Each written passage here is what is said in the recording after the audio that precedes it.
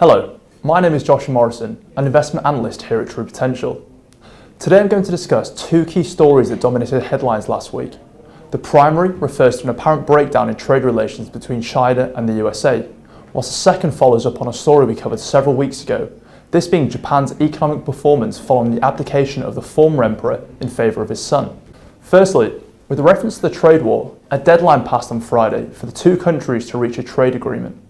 As a result, the US raised tariffs on $200 billion or £153 billion worth of Chinese imported goods, from 10% to 25%. Meanwhile, in Japan, the new era is off to a positive start, with recent Composite Purchasing Managers Index data, or PMIs, solidifying this view.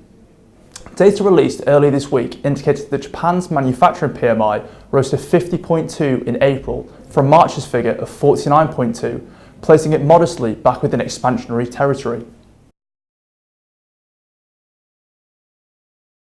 The breakdown in negotiations between the US and China resulted in global markets declining this past week. Whilst in the short term this trend may continue, economists have stipulated that it is in the interest of both parties to come to a resolution, as any long to medium term fallout will negatively impact both economies equally. In Japan, the rise in the manufacturing PMI exceeded analysts' expectations, who had in fact forecast a further decline. Overall, the outlook for manufacturers appears to be improving, with business confidence rising to a 5-month high also. The Chinese have said they will take necessary countermeasures following the US tariff increases. They added that further negotiations will take place following 2 days of what they called honest and constructive talks this past week. Meanwhile, President Trump has said he is in no rush to reach a trade agreement. However, this could be part of Trump's strongman rhetoric to put pressure on a deal. As for what happens next with Japan, through an improvement in Japan's manufacturing sector, this has helped drive an uptick in the country's composite PMI.